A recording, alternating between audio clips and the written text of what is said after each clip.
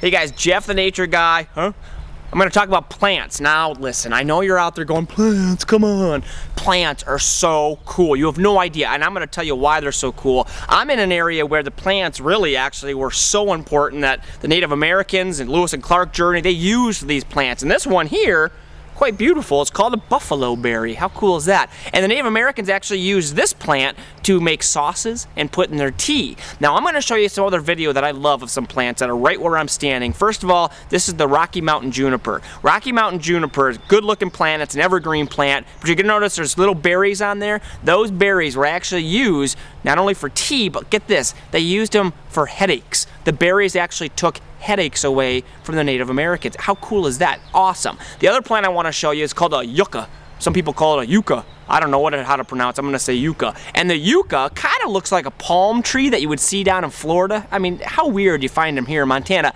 And that plant was actually used as soap. They were able to use the roots to clean themselves up. Now, I've never tried it, but apparently it might smell kind of good. And last but not least, I want to show you a plant that people I think are amazed that you can find here in Montana. Look at this. You know what that is?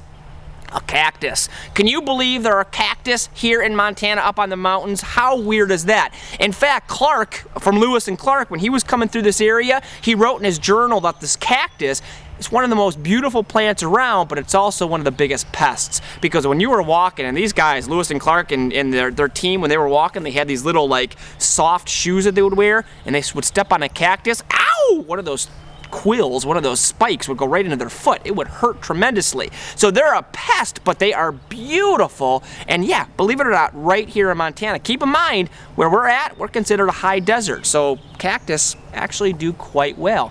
Shocks a lot of people. Now, one important thing I want you to remember is don't go out thinking you know what plants are and eating the berries. You want to make sure that if you use plants for anything, eating or soap or anything like that, you want to make sure you have a professional with you that can tell you that that plant is not poisonous, because not only are there some helpful plants like buffalo berry, there's some plants around here that can make you really sick. So just make sure you get a professional to help you before you use plants for anything. All right? So until next time, I am Jeff the Nature Guy with my buffalo berry here. I will see you real soon at Zoo Montana.